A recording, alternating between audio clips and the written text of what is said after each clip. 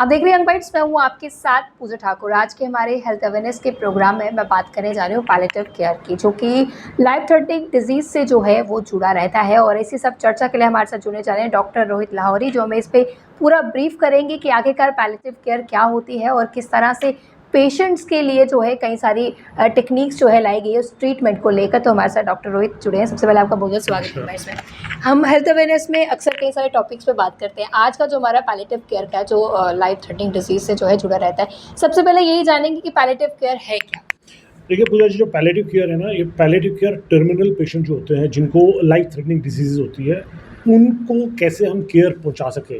क्योंकि नॉर्मली क्या होता है कि जैसे लाइफ थ्रेटनिंग डिजीज़ होती है तो बहुत सारे पेशेंट्स को घर वापस भेज दिया जाता है कि भाई आप घर चले जाइए, इनका वहीं पे आप अपना देखभाल कीजिए। पर वो देखभाल को कैसे हम वहाँ पे करेंगे, घर में कैसे करेंगे, उनके हॉस्पिटल की ज़रूरत कब होगी, हॉस्पिटल्स पे लोड कब कितना कम किया जा सकता है, घर में कैसे केयर किया जाए, इस सब चीज़ को लेकर पैलेटिव केयर की एक नया विभाग है पेन और पैलेटिव केयर का। उस पेन और पैलेटिव केयर में एक आप अलग अलग एंगल से उसको ट्रीट करते हैं। सुपरचुअल एंगल से ट्रीट करते हैं, आप सोशल बिहेवियरल एंगल से ट्रीट करते हैं, साइकोलॉजिकल और मेडिकल एंगल से ट्रीट करते हैं। तो आप अगर देखेंगे तो इसमें 5 अलग अलग जो इसके पिलर्स हैं, खंभे हैं जिन पे ये खड़ा हुआ है पैलेटिव केयर। और ये पैलेटिव केयर की सुविधा जो है एक नेशनल और इंटरनेशनल लेवल की सुविधा हो जाती है कि जो आपको हर जगह पे देनी ही देनी है as per the WHO guidelines. तो इसमें कौन कौन से डिजीज़ जो है इंक्लूड रहते हैं, जिस तरह लाइफ थ्रेटनिंग डिजीज़ आपने बताया कि कौन कौन से इसमें? देखिए लाइफ थ्रेटनिंग डिजीज़ जो होते हैं, एक्चुअली हम उनको लाइफ थ्रेटनिंग डिजीज़ भी कहते हैं, सीरियस डिजीज़ भी कहते हैं। और जो मेन इसका मुद्दा रहता है वो रहता है कि जैसे एड्स है, कैंसर है, लिवर डिजीज़ है, क्रॉनिक लिवर डिजीज़ है, लिवर फेलियर जिसको कहते हैं, किडनी फेलियर है। उसके अलावा वो सारी डिजीज़ जिनमें रिवर्सिबिलिटीज़ बहुत कम होती है, या तो जैसे अगर बहुत बार क्या होता है कि क्योर वाले पेशेंट होते हैं, कैंसर का ट्रीटमेंट हुआ, क्योर होगा, फिर भी उनको पैलेटिव केयर कहीं ना कहीं जरूरत है, क्योंकि वो साइकोलॉजिकल इम्पैक्ट उनके ब्रेन पे हो गया होता है बीमारी के आने से। तो कहीं ना कहीं ये पैलेटिव केयर की जो नीड है ये बहुत ज़्यादा ज़रूरी है, ख़ास तौर पे इन सब पेशेंट्स के लिए। या पार्किंसंस डिजीज़ है, एल्ज़ीमर्स डिजीज़ है, कार्डियोवैस्कुलर डिजीज़ है, रेस्पिरेटरी, उन सब के लिए, या नॉन कम्युनिकेबल या कम्युनिकेबल डिजीज़ है, इसका एक बहुत बड़ा बर्डन बनने वाला है आने वाले टाइम पे हमारी सोसाइटी पे। तो पैलेटिव केयर की नीड जो है वो इन सब पेशेंट्स के लिए बनी हुई। तो कई सारी जो है वो कहेंगे कि सर्जरी जो है इस पर लेकर की जा रही है, यहाँ कई सारी जो वो कहेंगे कि कई सारे ऑप्शन जो है लेकर मैनेजमेंट जो है इसको लेकर है। और जम्मू कश्मीर का ये पहले एक ऐसा कहेंगे कि अस्पताल है जिसमें पूरा जो ट्रीटमेंट उनको दिया बिल्कुल। देखिए जैसे जब 2019 में ये पैलेटिव केयर का सेंटर इनॉग्रेट हुआ था, तब जो हमारे अपने प्रिंसिपल हेल्थ सेक्रेटरी होते थे डुल्लू साहब, जो आप चीफ सेक्रेटरी हैं, उन्होंने ये उस समय उनकी विजन जो थी, उन्होंने फर्स्ट टाइम में यहाँ पे सेंटर खोला था, जिसको नीड को आज देख रहे हैं। और हम उस नीड को आज देख रहे हैं कि क्योंकि आज से 2014 मतलब मैं आपसे 10 साल पहले जा रहा हूँ, तो WHO वर्ल्ड हेल्थ ऑर्गेनाइजेशन ने एक फरमान जारी किया था सभी मेंबर स्टेट्स, मतलब सभी कंट्रीज़ के लिए। और उनको बोला गया था कि WHO की तरफ से कि आने वाले 10 साल में पैलेटिव केयर की जो सुविधाएं हैं ये लगभग CSE और PSC लेवल्स तक भी पहुंच जानी चाहिए। और जो नया थीम इस साल का आने वाला है वो इसी पे आ रहा है, 2024 का जो अक्टूबर का थीम आ रहा है कि हम 10 साल में कहाँ तक पहुँचे हैं। तो अगर हम देखें तो मैं अभी भी कह रहा हूँ कि इसकी नीड बहुत ज़्यादा ज़रूरत है।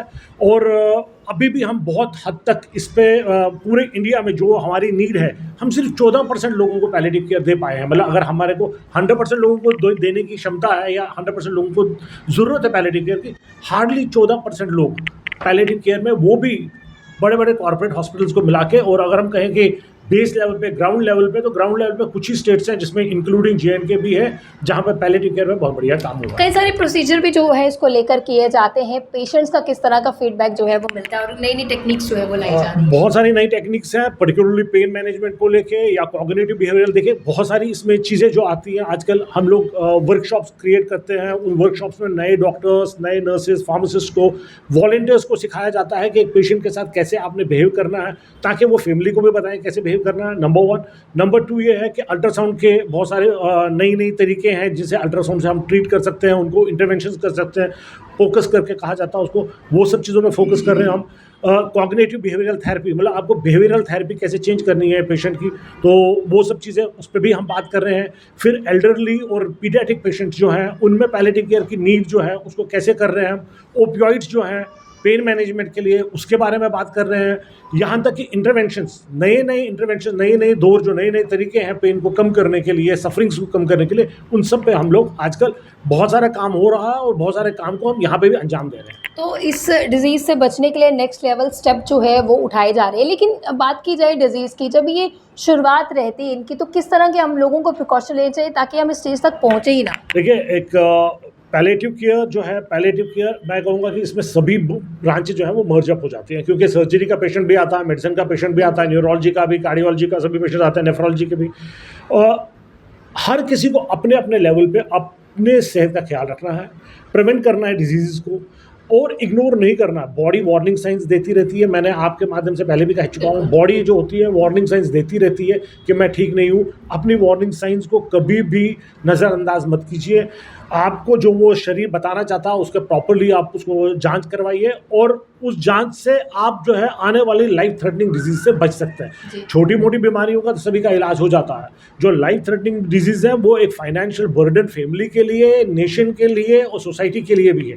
तो ऐसे कौन से साइंस है जो हमें अवॉइड नहीं करने थे, जो अक्सर हम कर लेते हैं, जो हमें शुरू में लगते थोड़े से हैं कि लाइटली लेते हैं जैसे हम, वो कौन कौन से साइन है? देखिए, पैलेटिव केयर में अगर हम बात करें तो हम जनरल डिजीज के बारे में करेंगे कि जनरल डिजीज में कहते हैं जैसे आपकी ब्रेथलेसनेस हो रही है या आप में हिम्मत नहीं है या बहुत सारी ऐसी डिजीज़ हैं जैसे आपके बाउल एंड ब्लैडर्स की मूवमेंट्स चेंज हो गई हैं, बार बार कॉन्स्टिपेशन हो रहा है, बार बार लूज मोशंस हो रही है, भूख नहीं लग रही है, या ब्लीडिंग आपकी पर रेक्टम मतलब आपके लैट्रिन के साथ ब्लीडिंग हो रही है, उल्टी के साथ ब्लीडिंग हो रही है। इन सब चीज़ों को लेके बहुत सारी चीज़ें जो हैं इसके साथ जुड़ती हुई चली जाती हैं जिनको हम इग्नोर करते हैं। मतलब हल्की सी ब्लीडिंग हुई पर रेक्टम लैट्रिन के साथ तो हमने इग्नोर कर दिया, पर ये सब चीज़ें नहीं करनी चाहिए। आप अपनी जांच टाइम टू टाइम करवाते रहिए। फीमेल्स के लिए खास तौर पे बहुत सारी, देखिए आजकल प्रिवेंटेबल डिजीज़ हैं जैसे कैंसर सर्विक्स का है, उसमें गवर्नमेंट की तरफ से आपको इंजेक्शन दिए जाते हैं, वैक्सीन दिए जाते हैं, उनको किया जा सकता है। या आप स्क्रीनिंग में आ सकते हैं जहाँ पे पैप स्मीयर होता है, पैप स्मीयर फीमेल्स के लिए, सर्वाइकल कैंसर के लिए होता है। ब्रेस्ट कैंसर को भी बहुत हद तक रोका जा सकता है अगर फीमेल्स अवेयर रहें अपने ब्रेस्ट को लेके, और उनको पैल्पेट करना चाहिए ब्रेस्ट को, उनको देखना चाहिए कोई गांठ वांठ तो नहीं है ये, और पर्टिकुलरली एक एज ग्रुप के, या डिस्चार्ज टाइप का निपल्स है तो नहीं है। इन सब चीज़ों को लेके आपको बुरी आदतों से दूर रहना है। टैबेको इज़ अ किलर, ठीक है, आप इवन उसके अलावा भी अल्कोहल इज़ ए किलर। तो आप जितना अपना क्वालिटी ऑफ लाइफ को इम्प्रूव करेंगे, बेटर फील करेंगे, आई थिंक वो सब ये आपने बताया कि मैं क्या कुछ प्रिकॉशन लेने चाहिए, लेकिन आज के समय जिस तरह से हम सोशल मीडिया से काफ़ी ज़्यादा जुड़े हैं, गूगल बाबा का काफ़ी इस्तेमाल करते हैं, हम अपने में कोई भी सिम्टम्स देखते हैं, कोई छोटी सी बीमारी होगी गूगल उसको बड़ा दिखा देता है और कोई बड़ी बीमारी वो छोटा दिखा देता है, और हम सेल्फ ट्रीटमेंट की ओर जो है वो बढ़ जाते हैं, जिससे डिजीज़ जो है वो कई बार जो है क्यूरेबल नहीं रहता है। उसके लिए क्या कुछ आप कहना चाहेंगे? कितने सारे केसेस आपके पास भी ऐसे आ चुके हैं? एब्सोल्युटली आते हैं, बिल्कुल आते हैं। मेरा सबसे पहला उनको बहुत बार मेरे पास लोग आते हैं और यहाँ तक कि मेरे को तो बड़ी बार ऐसा कहता है कि ट्रीटमेंट भी बता देते हैं पेशेंट्स कि भाई सर क्या मैं ये ट्रीटमेंट लूँ या ये ट्रीटमेंट लूँ।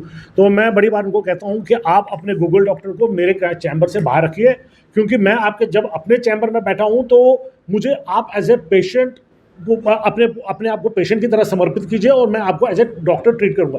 क्योंकि मैं आपको ये सिंपल बता रहा हूँ कि अगर आप गूगल में भी सर्च करेंगे तो गूगल में भी आपको पता चलेगा कि सिंपल गूगल में हेडेक का एक लास्ट टर्मिनल जो चीज़ दिखाई है वो कैंसर दिखाई है, या आपके यहाँ तक सांस फूलने का कैंसर कॉज, या बाउल्स की ब्लैडर चेंज कैंसर कॉज, भूख ना लगना cancer cause, anorexia cancer cause.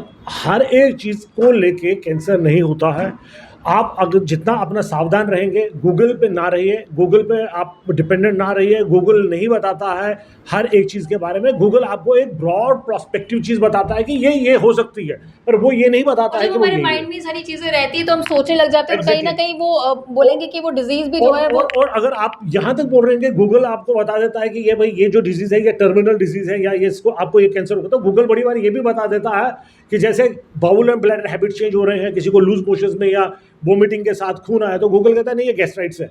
तब आपने इग्नोर कर लिया ना, तब तो आपने गूगल की बात मान के उसी चीज़ को इग्नोर किया जिस चीज़ को आपको गूगल को मान के सीरियस लेना चाहिए था। तो मैं ये कहता हूँ कि आप जहाँ पे भी हों और एक डॉक्टरी जांच करवा लें अपनी, और डॉक्टर को जो है उसको प्रॉपर्ली इन्वेस्टिगेट करने दीजिए और एक नतीजे पर पहुंचने दीजिए, वही आपके लिए बेटर। बहुत धन्यवाद हमारे साथ जुड़ने के लिए। डॉक्टर रोहित हमारे साथ जुड़े थे, जिन्होंने साफ तौर से बताया पैलेटिव केयर क्या है और इसमें क्या क्या चीज़ें जो है इंक्लूडेड हुई है। और जम्मू कश्मीर की बात की जाए, जम्मू कश्मीर में जम्मू का एक ऐसा लोता हॉस्पिटल है जिसमें इस तरह का ट्रीटमेंट जो है वो दिया जाता है। इसके साथ साथ जो लाइफ थ्रेटनिंग डिजीज़ रहती है जिसका ट्रीटमेंट जो है वो किया जाता है, यहाँ उसको कहीं ना कहीं राहत देने की कोशिश की जाती है, लेकिन उससे पहले जो डिजीज़ उत्पन्न होता है उसको किस तरह से हमें रोका जाना चाहिए, इसको लेकर भी इनके द्वारा बताया गया कि अपनी बॉडी में कोई भी आपको साइंस अगर दिखते हैं उसे अवॉइड ना करें, उसे तुरंत डॉक्टर से संपर्क करें, गूगल बाबा पे विश्वास ना करें। आपके लिए आपका डॉक्टर ही सबसे सही है। सबसे पहले आप उनसे कंसल्ट कराइए और प्रॉपर ट्रीटमेंट लीजिए। अगले वीडियो लेकर फिर मैं हाजिर होंगी, तब तक के लिए आप देखते रहें बाइट्स। फिर जर्नलिस्ट अमन शर्मा के साथ मैं पूजा ठाकुर, यंग बाइट्स।